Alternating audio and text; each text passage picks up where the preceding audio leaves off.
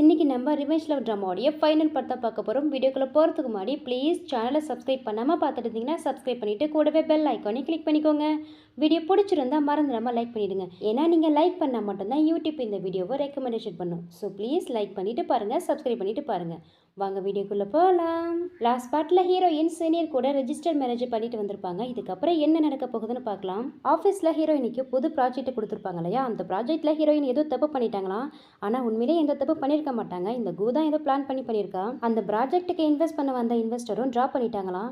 அதனால ஹீரோவும் ஹீரோயினை பிடிச்சி திட்டிட்டு இருக்காரு. இந்த ப்ராஜெக்ட்டில் நான் எந்த மிஸ்டேக்கும் பண்ணல, இருந்தாலும் என்ன பிளேம் பண்ணுறீங்க, அதனால இந்த வேலையை விட்டு நான் போயிடுன்னு ஹீரோயின் சொல்ல, ஹீரோவும் ஹீரோயினுடைய ரிசைனேஷன் லெட்டரில் சைன் பண்ணிடுறாரு. அந்த ரிசைனேஷன் லெட்டரை ஹீரோயின் எடுத்துட்டு போகும்போது கூட ஹீரோ, நீங்க ஒரு மிஷன் இல்லை, உண்மையிலே மூகன் உன்னுடைய குழந்தை தானு கேட்குறாரு. மிஸ்டர் பே, மூகன் என்னுடைய குழந்தை தான், எனக்கும் சீனியருக்கு பிறந்த குழந்தை தான்.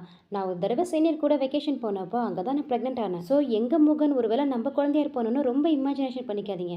என் குழந்தைக்கு உங்களுக்கு எந்த சம்மந்தமும் இல்லைங்கிறத ஹீரோயின் ரொம்ப கான்ஃபிடென்ட்டாக சொல்கிறாங்க. ஹீரோவுக்கு ஏதோ ஒரு வாரத்தில் இந்த குழந்தை ஒருவேளை நம்மள்தான் இருக்குமோங்கிற ஒரு ஆசை இருந்தது.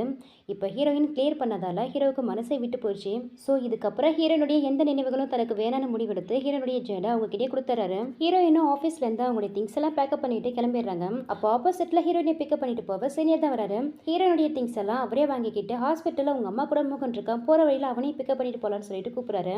சீனியர் ஹீரோயினி கிட்ட ரொம்ப கேரிங்காக இருக்கிறத பார்க்கும்போது ஹீரோயின் ஃப்ரெண்டுக்கு ரொம்பவே சந்தோஷமா இருக்கு. ஹீரோயினி கிட்ட, பரவாயில்லையே, பிளைண்ட் டேட்டுக்கு வந்த பையன் செம்ம ஹேண்ட்ஸமாவும் இருக்கான், அதோட உண்மையில நல்லா கேரிங்கா இருக்கான்னு சொல்லி கிண்டல் பண்ணிட்டு இருக்க. இங்க அப்படியே சீன் கட் பண்ணிட்டு ஹாஸ்பிட்டல்ல தான் காமிக்கிறாங்க. அங்க ஹாஸ்பிட்டல்ல ஹீரோயின் அம்மா கூட இருந்த ஹீரோயினுடைய குழந்தை மிஸ் ஆயிட்டான். அங்க இருக்கிற சர்வேலன்ஸ் கேமராவுமே செக் பண்ணி பாக்குறாங்க. ஆனா குழந்தை வெளியில போனதுக்கான எவிடன்ஸ் மட்டும் தான் இருக்கு, என்னாச்சுங்கிறது தெரியல. ஹீரோயினும் ரொம்ப அழுதுகிட்டே, முகன் எங்கடா போனோன்னு குழந்தை பேரை சொல்லி அந்த ஹாஸ்பிட்டல் இருக்கிற ஒவ்வொரு ரூமா ஆளுக்கு ஒரு பக்கம் போய் செக் பண்ணிட்டு இருக்காங்க. அந்த ஹாஸ்பிட்டல்ல குழந்தை எங்கேயுமே கிடைக்கல. ஹீரோயின் உட்காந்து பயங்கரமா அழுதுட்டு இருக்காங்க. அப்ப அந்த ஹாஸ்பிட்டலுடைய செக்யூரிட்டி ஹீரோயின் கிட்ட வந்து, அவுட் சைட்ல இருக்கிற சர்வேலன்ஸ் கேமரா சரியா ஒர்க் ஆகல, அதனால குழந்தை எங்க போனாங்கிறத எங்களால ஃபைண்ட் அவுட் பண்ண முடியல, நீங்க போலீஸை கான்டாக்ட் பண்ணுங்கன்னு சொல்றாரு. ஹீரோயின் அவங்க அம்மா கிட்ட, நீங்க அக்காவை பார்த்துட்டு ஹாஸ்பிட்டல்ல இருங்க, நானும் சீனியர் போலீஸ் ஸ்டேஷன் போறேன்னு சொல்லிட்டு கிளம்புறாங்க. போறப்ப கூட ஹீரோயினுக்கு மயக்க வர மாதிரி இருக்கு. அப்படியே கீழே தடுமாற பாக்குறாங்க. உடனே சீனியரும் ஹீரோயினை தாங்கி பிடிச்சிக்கிறாரு. இட்ஸ் ஓகே விடுங்க, என் குழந்தைய ஃபைண்ட் அவுட் பண்றதுக்குள்ள நான் விழுந்துட மாட்டேன்னு சொல்லிட்டு அப்ப கூட ஹீரோயின் செம்ம கான்ஃபிடண்டா பேசிக்கிட்டு குழந்தை தேடி போறாங்க. அந்த ஹாஸ்பிட்டல்ல இருந்து போற வழியில ஒரு பாக்ஸ் இருக்கு. அந்த பாக்ஸ்ல என்ன இருக்குன்னு ஹீரோயின் போயிட்டு திறந்து பாக்குறாங்க. அதுல அவங்க குழந்தையோட ட்ரெஸ் இருக்கு.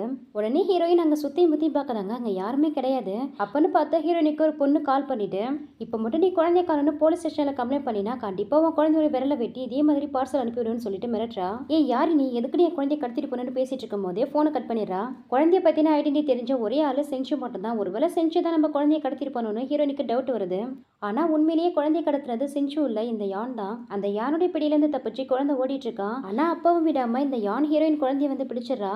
உடனே அந்த குட்டி பையன் கையை பிடிச்சி கடிச்சிட்டு ஓடி போய் ஒளிஞ்சிக்கிறான். இந்த யானை வந்து சுத்தி முத்தி பார்த்துட்டு குழந்தைய காணுன்ட்டு போயிடுறா.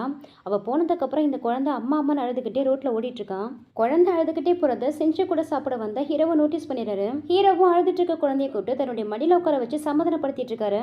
இவங்க அப்பா பிள்ளைய பார்க்கும்போது செஞ்சுக்கு கொஞ்சம் சந்தோஷமா தான் இருக்கு. ஆனா அப்பா கூட ஹீரோ கிட்ட, இந்த குழந்தை உன் குழந்தைதாங்கிற உண்மையை சொல்லாம வேணும்ட்டே எதுவுமே தெரியாத மாதிரி, ஏ பிரதர் யாரா இந்த குழந்தைன்னு கேட்கிறாரு. அதுக்கு ஹீரோவும், இந்த குழந்தை நீங்களோட குழந்தை தான், நீங்க ஜியாங்கு பிறந்த குழந்தைன்னு சொல்லும்போது செஞ்சுக்கும் சிரிப்பு தான் வருது. ஹீரோக்கு க்ளூ கொடுக்குற மாதிரி, ஏ பிரதர் இந்த பையனை பார்த்தா ஒன்ன மாதிரியே இருக்கு, அது இல்லாம உங்ககிட்ட என்ன இவ்வளோ அட்டாச்சா இருக்கான், இதுக்கு முன்னாடி இவனை மீட் பண்ணியிருக்கேன்னு கேட்கிறாரு. இப்போ எதுக்கு தேவையில்லாம தொலைன்னு கேள்வி கேட்டுட்டு இருக்கேன்னு ஹீரோ கேட்கறதுக்கு அதுக்கு செஞ்சுவை சிரிச்சுக்கிட்டே, ஏ என்ன பிரதர் எல்லாமே ஒரு ஆர்வ கோளர் தான், அது எப்படி நீங்க ஜியாங்கு பிறந்த குழந்தை அச்செல்லாம் பார்க்க ஒன்ன மாதிரியே இருக்கும்னு சொல்லிட்டு இதுக்கு முன்னாடி ஹீரோயின் குழந்தைய பத்தின எந்த இன்ஃபர்மேஷனும் ஹீரோக்கு தெரியக்கூடாதுன்னு செஞ்சு கிட்ட சொன்னதால இந்த குழந்தை ஒன்னுடைய குழந்தைன்னு ஓப்பனா சொல்லாம ஹீரோவை யோசிக்க வைக்கிற மாதிரியே பேசுறாரு.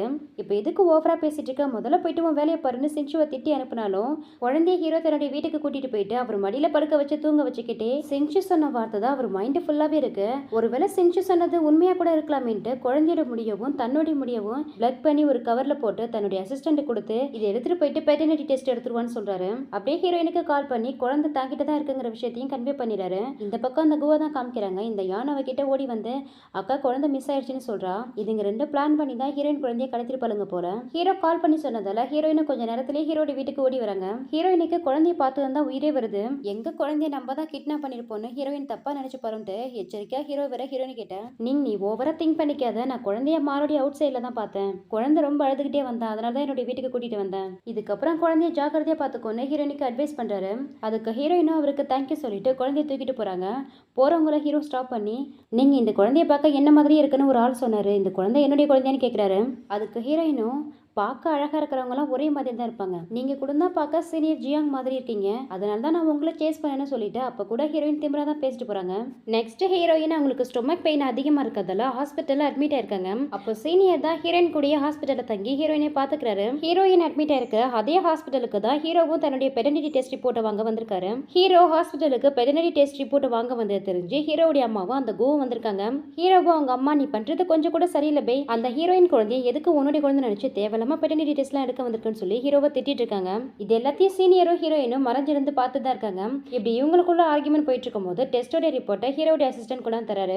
அந்த ரிசல்ட்டை வாங்கி ஹீரோயின் அம்மாவை பார்த்துட்டு, பார்த்து கோபி, இந்த குழந்தைக்கு உனக்கு எந்த ரிலேஷன்ஷிப்பும் இல்லைன்னு சொல்லிட்டு ஹீரோ கிட்ட கொடுக்குறாங்க. ஹீரோவும் அந்த ரிப்போர்ட்டை வாங்கி பார்க்குறாரு. அதுல குழந்தையோட டிஎன்ஏவும் ஹீரோடைய டிஎன்ஏவும் மேட்ச் ஆகலன்னு இருக்கு. இது எல்லாத்துக்குமே காரணம் ஹீரோடைய அம்மாவும் அந்த கூவும் அவருடைய தங்கச்சி யானும் போட்ட பிளான் தான். இதுக்கு முன்னாடி அவங்க 3 பேரும் தான் பிளான் பண்ணி இந்த டெஸ்ட் ரிப்போர்ட்டை மாற்றி வச்சிருப்பாங்க. நெக்ஸ்ட் ஹாஸ்பிட்டல் இருந்த ஹீரோயின் டிஸ்சார்ஜ் ஆகிறதுக்காக டாக்டர் போய் பார்க்குறாங்க.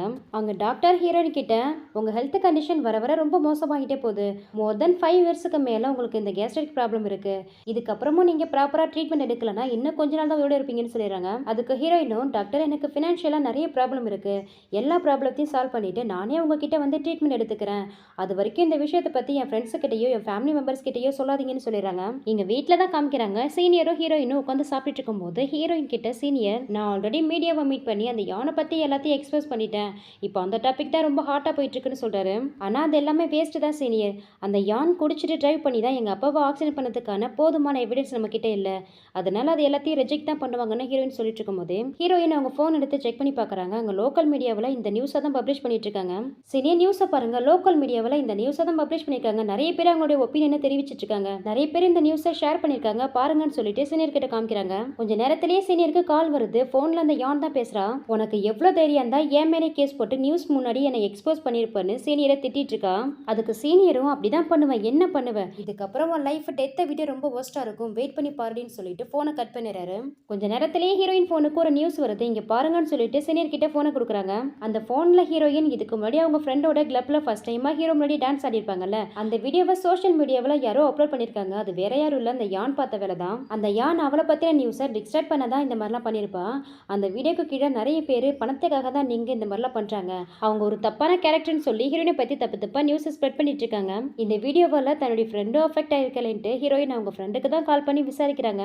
அவங்களுக்குமே இந்த நியூஸை தெரியும் தான், ஆனால் அதெல்லாம் அவங்க பெருசாக எடுத்துக்கல, நான் நல்லா தான் இருக்கேன்னு சொல்கிறாங்க.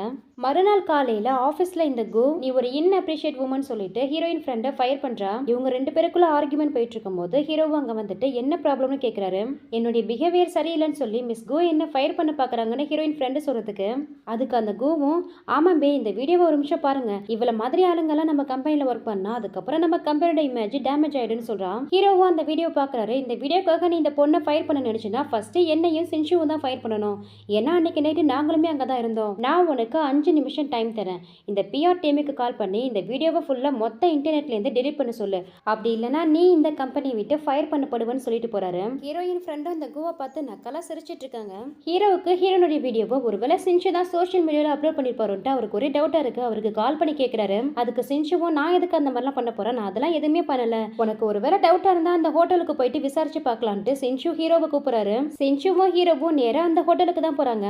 அங்க இவங்க இருக்கிறது தெரியாம அந்த யான் 2 பசங்களை தள்ளிக்கிட்டு ஒரு ரூமுக்குள்ள போறா. அவ போறது சின்ஷுவும் பார்த்துட்டு ஹீரோ கிட்ட, ஏ பிரதர், அங்க பாத்தியா 2 பசங்களை தள்ளிட்டு ஒரு பொண்ணு போறா, அவளை பார்க்கறதுக்கு அந்த ஜியாங்கோட எக்ஸ் வைஃப் யான் மாதிரியே தெரியல. பிரதர், இந்த யான் சரியான சைக்கோ, இதுக்கு முன்னாடி ஜியாங்க மேரேஜ் பண்ணிக்கிட்டு அவன் கூட அப்ராட்ல இருந்து அவனை படாத பாட்டெல்லாம் படுத்தி அவனை செம்மையா டார்ச்சர் பண்ணான். அதுக்கப்புறம் அவரை டிவோர்ஸ் பண்ணிட்டு இப்ப சைனாக்கு ரிட்டர்ன் ஆனதும் இப்ப எவன் கூடயே சுத்திட்டு இருக்கா. இரு நான் போயிட்டு அவளை ஒரு வீடியோ எடுத்துட்டு வரேன்னு சொல்லிட்டு போறாரு. அங்க போயிட்டு சின்ஷு வீடியோ எடுக்கிறதுக்கு முன்னாடி பிரஸ் மீடியா வந்து போட்டோ எடுத்துட்டு இருக்காங்க. என்னடா நம்மளை விட இந்த மீடியா இவ்வளோ ஃபாஸ்டா இருக்கேன்ட்டு சின்ஷுவை சிரிச்சுக்கிட்டே வீடியோ எடுக்கிறாரு. மறுநாள் ஹீரோ ஆஃபீஸ்ல இருக்கும்போது அவருடைய அசிஸ்டன்ட் ஹீரோ கிட்ட வந்து, அந்த கூ ஃபேமிலி சேர்ந்த யானோட வீடியோ இப்போ நம்பர் 1 ட்ரெண்டிங்ல இருக்கு, இதனால அவங்க மார்க்கெட் ஸ்டாக்ஸுமே பிளக் ஆகி அவங்க பிசினஸே மொத்தமா போயிடுச்சுன்னு சொல்றாரு. அதுக்கு ஹீரோவும், இதெல்லாம் எனக்கு பத்தாது, அந்த மொத்த கோ ஃபேமிலியுமே இந்த சென்ஷன் செட்டே விட்டே காலி பண்ணி ஆகணும்னு சொல்றாரு. அசிஸ்டன்ட் போனதுக்கு அப்புறம் அந்த கோவும் யானு ஹீரோவை பார்க்க வராங்க. அந்த கோ ஹீரோ கிட்ட பெய் தயவு செஞ்சு என் தங்கச்சியை எப்படியாவது காப்பாத்துங்க, நம்ம ரெண்டு ஃபேமிலி ரொம்ப வருஷமா ஃப்ரெண்ட்ஸ் தானே, ஆல்ரெடி என் தங்கச்சியை எங்க அப்பா பனிஷ் பண்ணிட்டாருன்னு சொல்றான். அதுக்கு ஹீரோவும் என்ன உங்க அப்பா பெருசா பனிஷ் பண்ணிட்டாரு, இவ்வளவு நாள் அரைஞ்சா எல்லாமே சரியா போயிடுமா, இல்ல இவ பண்ண கிரைம் தான் எதுவுமே இல்லைன்னு ஆகிடுமான்னு கேட்கறதுக்கு உடனே அந்த யானை ஹீரோ கையை பிடிச்சிக்கிட்டு நான் பண்ணதெல்லாம் தப்புதான், என்ன மன்னிச்சிட்டுங்க, என்னை எப்படியாவது காப்பாத்துங்கன்னு சொல்லி கெஞ்சிட்டு இருக்கா. இவையே அப்படி கெஞ்சிட்டு இருக்கானா ஹீரோயின் அப்பாவை குடிச்சிட்டு போயிட்டு இவதானே ஆக்சிடென்ட் பண்ணிருப்பா, அந்த கிரைம் இப்போ கன்ஃபார்ம் ஆயிடுச்சு, அதனால தான் கெஞ்சிட்டு இருக்கா. கூடவே இந்த கோ ஹீரோ கிட்ட டேய் என் தங்கச்சியை எப்படியாவது காப்பாத்துங்க, அதுக்கு பதிலாக அவங்க கூட நடந்த என்கேஜ்மெண்ட்டை கூட நான் கேன்சல் பண்ணிடுறேன்ட்டு ஹீரோ கிட்ட டீல் பேசிட்டு இருக்கா. நீ என்னடி என்கேஜ்மெண்ட்டை கேன்சல் பண்றதுன்ட்டு ஹீரோ நியூஸ் வைக்கிறாரு. நியூஸ்ல பெய் குரூப் ஆஃப் கம்பெனியை சேர்ந்த சிஇஓ பெய் கோ கூட நடந்த என்கேஜ்மெண்ட்டை கேன்சல் பண்ணிட்டாருன்னு கோ கம்பெனியோட இருந்த எல்லா பிசினஸ் கோஆபரேஷனையுமே டெர்மினேட் பண்ணிட்டாருன்னு அனௌன்ஸ் ஆகுது. அந்த நியூஸை பார்த்ததும் இவளுங்க ரெண்டு பேருக்கும் ஷாக்கா இருக்கு. ஹீரோ அந்த யானை பிடிச்சி எட்ட நகர்த்தி விட்டுட்டு அவர் பட்டுக்கு எதுவுமே பேசாம கிளம்பிடுறாரு. இந்த யானைங்கவும் உட்காந்து செம்மையா அழுதுட்டு இருக்காளுங்க. இந்த பக்கம் நம்ம ஹீரோயினை தான் காமிக்கிறாங்க. அவங்க ஃப்ரெண்டை அவங்க வீட்டுக்கு வர வச்சு அவங்களுக்காக விதமா டிஷ் எல்லாம் ப்ரிப்பேர் பண்ணி வச்சிருக்காங்க. நம்ம நினைச்சது எல்லாமே சக்சஸ் ஆயிடுச்சு. ஒரு வழியா அந்த யானை அவருடைய கிரைமை ஒத்துக்கிட்டு ஜெயிலுக்கு போயிட்டா. இதுக்கப்புறம் எனக்கு எந்த கவலையும் இல்லைன்னு சொல்லிட்டு சந்தோஷமா சாப்பிட்டுட்டு இருக்காங்க. அப்ப மறுபடியும் ஹீரோயினுக்கு ஸ்டொமக் ப்ராப்ளம் வந்துச்சு. வயிறு மறுபடியும் பெயின் ஆக ஆரம்பிக்குது. ஆனா எதையுமே வெளியில காட்டிக்காம நீங்க சாப்பிட்டு இருங்க, நான் பாத்ரூம் போயிட்டேன்னு சொல்லிட்டு போயிடுறாங்க. அங்க வாஷ் பேஷன்ல போயிட்டு வாமிட் பண்றாங்க. கையெல்லாம் பிளட்டா இருக்கு. டாக்டர் சொன்ன மாதிரியே ஹீரோயினுக்கு இருக்கிற அந்த ஸ்டொமக் ப்ராப்ளம் இருக்க அதிகமாகிட்டே போகுது. அப்போ சீனியரும் வந்து என்னாச்சுன்னு கேட்க அவர்கிட்ட எதையுமே சொல்லாம மறைச்சிடுறாங்க. மறுநாள் காலையில ஹீரோயின் அவங்க அம்மா கூட பேசிக்கிட்டு ரோட்ல நடந்து வந்துட்டு இருக்காங்க. அப்ப ஹீரோயின் மேல ஒரு கார் வந்து மோதுற மாதிரி வருது. உடனே ஹீரோயினை பிடிச்சி அந்தன தள்ளி விட்டுட்டு அந்த கார்ல இவங்க அடிபட்டுறாங்க. ரத்த வெள்ளத்துல கிடக்குற அவங்க அம்மா பார்த்துட்டு ஹீரோயினும் செம்மையா அழுதுட்டு இருக்காங்க. சாகிறதுக்கு முன்னாடி ஹீரோயின் அம்மா ஹீரோயின் கிட்ட மூகனை பத்திரமா பாத்துக்கோமா, உன் அக்கா எப்படியாவது எழுந்து நடக்க வச்சிரு, அதோட எனக்கு இருக்கிற கடைசி ஆசை என்னன்னா உன்னை எப்படியாவது நான் வெட்டிங் ட்ரெஸ்ல பாக்கணுமான்னு சொல்லிட்டு இறந்து போயிடுறாங்க. கண்டிப்பா நான் வெட்டிங் ட்ரெஸ் போட்டுக்கிறேம்மா, எழுந்திருங்கம்மான்னு சொல்லிட்டு ஹீரோயின் உட்காந்து செம்மையா அழுதுட்டு இருக்காங்க. ஆப்போசிட்ல யாரு ஹீரோயின் அம்மாவை ஆக்சிடென்ட் பண்ணதுன்னு பார்த்தா அந்த கூதான். அவ கூடயே கார்ல ஹீரோடைய அம்மா உட்காந்துருக்காங்க. இவ தெரிஞ்சு பண்ணாலா தெரியாம பண்ணாலும் தெரியல, ஹீரோயினை பார்த்து பயந்து போய் உட்காந்துருக்கா. உடனே ஹீரோயின் போலீஸுக்கு கால் பண்ணி அந்த காரோடைய நம்பரை சொல்லி கூ என்னுடைய அம்மாவை காரை ஏத்தி கொலை பண்ணிட்டான்னு சொல்லி கம்ப்ளைண்ட் பண்ணிடுறாங்க. இங்க அப்படியே சீட் கட் பண்ணிட்டு நெக்ஸ்ட் ஹாஸ்பிட்டல் தான் காமிக்கிறாங்க. ஹீரோயினும் அழுதுகிட்டே வந்துட்டு இருக்காங்க. அப்ப ஹீரோயின் அம்மா இறந்து தெரிஞ்சு ஹீரோவும் ஹீரோயினை பக்கம் வராரு.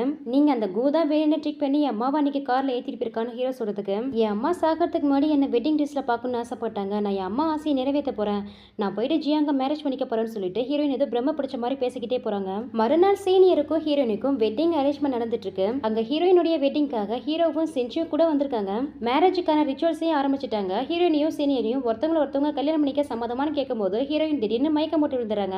சீனியர் இருக்கும் போதே ஹீரோவும் பதறி போயிட்டு ஹீரோயினை தூக்கிட்டு ஹாஸ்பிட்டலுக்கு போறாரு. ஹாஸ்பிட்டல்ல ஹீரோயினுக்கு ட்ரீட்மெண்ட் பண்ணிட்டு இருக்காங்க. குழந்தைய அம்மா அம்மான்னு கத்திட்டு இருக்கான். சீனியர் தான் குழந்தைய மடியில உட்கார வச்சு சமாதானப்படுத்திட்டு இருக்காரு. கொஞ்ச நேரத்துல ஹீரோயினுக்கு ட்ரீட்மெண்ட் பண்ண டாக்டர் வெளியில வந்து ஹீரோயினுக்கு இருந்த ஸ்டொமக் டிசீஸ் ரொம்ப அதிகமானதால எங்களால அவங்கள காப்பாத்த முடியல, அவங்க இறந்துட்டாங்கன்னு சொல்லிடுறாரு. அதை கேட்டது ஹீரோ வேற பித்து பிடிச்ச மாதிரி அப்படியே நிக்கிறாரு, எதுவுமே பேசாம. அந்த அதிர்ச்சியில ஹீரோவுக்கு வாயில இருந்து பிளட் எல்லாம் வருது. அப்பதான் செஞ்சுவோ ஹாஸ்பிட்டலுக்கு வராரு. ஹீரோயினுக்கு என்னாச்சுன்னு கேட்டுட்டு இருக்கும் போதே அங்க ஹீரோனுடைய டெட் பாடியை ஸ்ட்ரெச்சர்ல வச்சு தள்ளிட்டு வராங்க. ஹீரோவும் மனசை தைரியப்படுத்திக்கிட்டு ஹீரோயின் முகத்தை பார்க்கலான்னு துணியை விளக்க போறாரு. அவரை டச் பண்ண கூடாதுன்னு சொல்லி ஹீரோயின் அக்கா ஹீரோவை திட்டிட்டு இருக்காங்க. கடைசியா நீங்களோட முகத்தை கூட பார்க்க முடியலன்னு சொல்லிட்டு ஹீரோவும் உட்காந்து செம்மையா அழுதுட்டு இருக்காரு. அப்பதான் ஹீரோயின் இறந்தது சென்ஷுவுக்கு தெரியுது. என்னடா சொல்ற, நீங்க இறந்து போயிட்டாளா, அப்ப அந்த பாடி நீங்கோடி தான் சொல்லிட்டு சென்ஷுவும் உட்காந்து செம்மையா அழுதுட்டு இருக்காரு. அப்படியே கொஞ்ச நாளைக்கு அப்புறம் தான் காமிக்கிறாங்க. ஹீரோ கிட்ட பேசுறதுக்காக ஹீரோடைய அம்மா வராங்க. அங்க டேபிள்ல உண்மையான டிஎன்ஏ டெஸ்ட் ரிப்போர்ட் இருக்கு. அந்த ரிப்போர்ட் எடுத்து பார்த்துட்டு கொஞ்சம் கூட நீ அம்மாவை நம்பவே மாட்டல, மறுபடியும் டிஎன்ஏ டெஸ்ட் எடுக்க போனியான்னு கேக்குறாங்க. ஆமாமா, நான் உங்களை ரொம்பவே நம்பினேன், ஆனா நீங்க என்ன பண்ணீங்க, என்னுடைய குழந்தைக்கு வேற ஒருத்தனை அப்பாவாக்கி பாத்தீங்க, எதுக்கு இந்த மாதிரி பண்ணீங்க, எதுக்கு டெஸ்ட் ரிப்போர்ட்டை மாத்தினீங்கன்னு ஹீரோ கேட்கறதுக்கு பேய் அதெல்லாம் நீ பெருசா எடுத்துக்காதப்பா, இப்ப கோடி நிலைமையை பத்தி யோசிச்சு பாரு, அவ ஜெயில இருக்கா, நல்ல லாயரை பார்த்து ஃபர்ஸ்ட் அவளை பெயில் எடுக்க ட்ரை பண்ணுப்பான்னு சொல்றாங்க. அவ ஜெயில கடந்தே செத்தாப்பறா, உங்களுக்கு என்ன அவன் மேல அவ்வளவு கரிசனம், நீங்க என்ன அவருடைய பயாலஜிக்கல் அம்மாவான்னு கேக்குறாரு. அதுக்கு ஹீரோடைய அம்மா என்ன முட்டாள் திறமை பேசிட்டு இருக்க, முதல்ல கூவ வெளியில எடுன்னு சொல்றாங்க. அதுக்கு ஹீரோக்கு செம்மையா கோவம் வருது. அவங்க அம்மா கிட்ட ஹீரோயின் அம்மாவை ஆக்சிடென்ட் பண்ண அன்னைக்கு அந்த கார்ல நீங்களும் தானே அவ கூட இருந்தீங்க, அப்பனா அந்த கிரைம்ல உங்களுக்கும் தானே பங்கு இருக்கு, நீங்க வேணா அவளுக்கு வந்து ஜெயில போய் உட்காந்துக்கங்கன்னு சொல்றாரு. எங்க இங்க இருந்தா நம்மளையும் ஜெயிலுக்கு அவ கூட அனுப்பி வச்சிடணும்னு பயந்து போயிட்டு ஹீரோடைய அம்மா எதுவுமே பேசாம அங்கிருந்து கிளம்பிடுறாங்க. நெக்ஸ்ட் சென்சுவும் ஹீரோவும் ஹீரோடைய கல்லறைக்கு தான் வந்திருக்காங்க. அங்க ஹீரோனுடைய கல்லறை முன்னாடி ஹீரோ உட்காந்து ஃபீல் பண்ணிட்டு உட்காந்துருக்க. அப்பதான் சென்சு ஒரு விஷயத்த சொல்றாரு. நான் கூட ஹீரோயினி அவருடைய குழந்தையோட சீக்கிரட்டை வச்சு நிறைய த்ரிட்டன் பண்ணியிருக்கேன். 3 வருஷத்துக்கு முன்னாடியே ஹீரோயினிக்கு குழந்தை பிறந்துச்சு, அந்த குழந்தையோட அப்பா நீண்டா, ஆனா இந்த விஷயத்த யாருக்கிட்டையும் சொல்லக்கூடாதுன்னு என்கிட்ட ஹீரோயின் சொல்லியிருந்தா.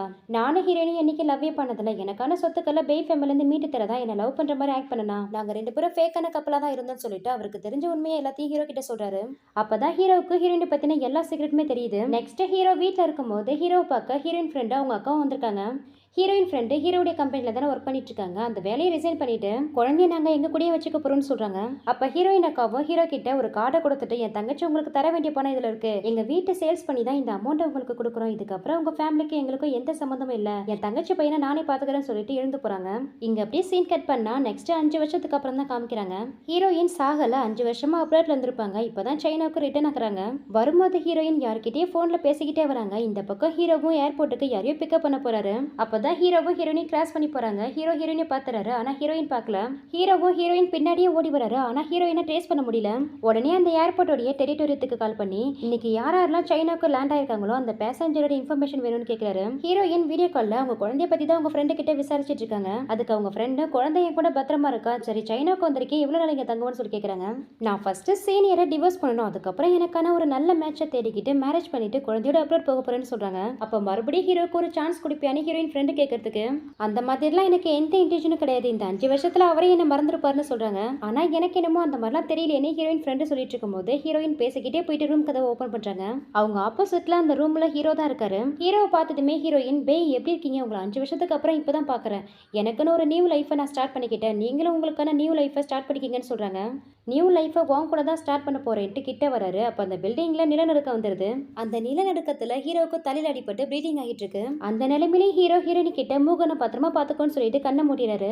என்னடா ஒன்னா மாத்தி மாத்தி 2 பேரும் செத்துக்கிட்டே இருக்கீங்களேன்னு பார்த்தா பயப்படாதீங்க, ஹீரோ சாகல, கோமாவில் இருக்காரு. அங்க சென்சுவும் ஹீரோ பக்கம் வந்திருக்காரு. அப்ப ஹீரோயினி கிட்ட, நீங்க உனக்கு ஒண்ணு தெரியுமா, இதை உங்ககிட்ட சொல்லி ஆகணும், என் தம்பி ஒண்ணு உண்மையிலே பே ஃபேமிலியை சேர்ந்தவன் கிடையாது, அவனும் ஒரு இல்லெஜிட்டிமேட் சைல்டு தான், சுப்ரீம் எம்பையருக்கு பிறந்தவன், எங்கள மாதிரியே அந்த கூவும் கூ ஃபேமிலிக்கு பிறந்தவன் கிடையாது, அவளுமே ஒரு இல்லெஜிட்டிமேட் சைல்டு தான், பெய்யோட அம்மாவுக்கு பிறந்தவன், அதனாலதான் அவ எவ்வளவு தப்பு பண்ணியிருந்தாலும் பெய்யோட அம்மா அவளை விட்டு கொடுக்காம அவளுக்காக கடைசி வரைக்கும் நின்னாங்கன்னு சொல்றாரு. என்ன உங்க ஃபேமிலியே ரொம்ப குழப்பமான ஃபேமிலியா இருக்கும் போல இருக்குன்னு ஹீரோயின் சொல்றதுக்கு, நீ எதுக்கு கவலைப்படாத, பெய்யோட அம்மாவுக்கு இப்ப எந்த பவரும் கிடையாது, அவங்க ரொம்ப பவர்லெஸ் ஆயிட்டாங்க, இதுக்கப்புறம் அவங்களால உனக்கு எந்த ட்ரபிளும் இல்ல, நீ மூவ் ஆன் பண்ணி போகலாம், என் தம்பியோட கம்பெனி எல்லாமே உனக்கு தான், அவனை வச்சு நீ எவ்வளவு நாளும் சம்பாதிக்கலாம், என்ன பத்திலாம் நீ எதுவும் கவலைப்படாத, நான் எதுவுமே நினைக்க மாட்டேன், உனக்கு வேணும்னா எப்ப வேணாலும் என் கூட டான்ஸ் பண்ணலாம்னு சொன்னதும் கோமால இருந்த ஹீரோ கண்ணு முழிச்சு சென்சுவா தான் முறைக்க பாக்குறாரு. ஏ பிரதர், அதுக்குள்ளே கண்ணு முடிச்சிட்டா, நான் சும்மா தான் நீங்க கூட பேசிட்டு இருந்தா, அது ஒண்ணும் இல்ல, இவதான் என்ன மேரேஜ் பண்ணிக்கிறேன்னு சொன்னா, அதான் அதை பத்தி நாங்க 2 பேரும் டிஸ்கஸ் பண்ணிட்டு இருந்தோன்னு சென்சுவும் ஃபன்னியா பேச ஹீரோயின் அவரை பார்த்து சிரிச்சிட்டு இருக்காங்க. யாலவே கரை பண்ண பாக்குறியான்னு ஹீரோவும் அங்க இருந்த தலைவனி எடுத்து அவர் மேலே அடிக்க, டேய் மனுஷனா நீ, நான் உனக்காக எவ்வளவு கஷ்டப்பட்டிருக்கேன், என்ன போய் அடிக்க வரையன்னு செஞ்சு சொல்ல, ஓ அப்படியா, அப்ப எனக்காக ரொம்ப கஷ்டப்பட்டிருக்கல, சரி உனக்கு 3 நாள் ஹாலிடே தரேன், போய் என்ஜாய் பண்ணுன்னு ஹீரோ சொல்ல, இதுதான் சான்ஸ்ன்னு செஞ்சுவும் அங்கேருந்து சிரிச்சுக்கிட்டே ஓடி போயிறாரு. செஞ்சு போனதும் ஹீரோவும் ஹீரோயினை பிடிச்சி பெட்ல தள்ளி ஹீரோயின் கூட ரொமான்ஸ் பண்ண ஸ்டார்ட் பண்ணிட்டாரு. நெக்ஸ்ட் ஹீரோயின் அவங்க வெட்டிங் ட்ரெஸ் அழகா வியர் பண்ணிட்டு வந்து ஹீரோ முன்னாடி நிக்க, எல்லாரும் முன்னாடியும் ஹீரோவுக்கும் ஹீரோயினிக்கும் வெட்டிங் செரமனி ஸ்டார்ட் ஆகுது. ஹீரோவும் அழகா ஹீரோயின் விரலை பிடிச்சா அவங்க வெட்டிங் ரிங்கை போட்டு விட்டுட்டு, இந்த ரிங்கை உன் விரல்ல போட எனக்கு 8 வருஷம் தேவைப்பட்டது, இப்ப பிடிச்சவன் விரலை எப்போதுமே விட மாட்டேன்னு சொல்லி ஹீரோவும் ஹீரோயின் 4 கேட்ல கிஸ் பண்ண இந்த அழகான டிராமாவும் ஒரு ஹாப்பியான எண்டிங்கோட கம்ப்ளீட் ஆகுது. ஐ ஹோப் இந்த டிராமா உங்களுக்கு கண்டிப்பா பிடிச்சிருக்கும்னு நினைக்கிறேன். பிடிச்சிருந்தா இந்த வீடியோக்கு ஒரு லைக்கை போட்டுட்டு முடிஞ்சா உங்க ஃப்ரெண்ட்ஸ் அண்ட் ஃபேமிலிக்கு ஷேர் பண்ணுங்க. இதே மாதிரி ஒரு சூப்பரான டிராமாவோட சீக்கிரமா உங்களை சந்திக்கிறேன். Thank you so much and see you.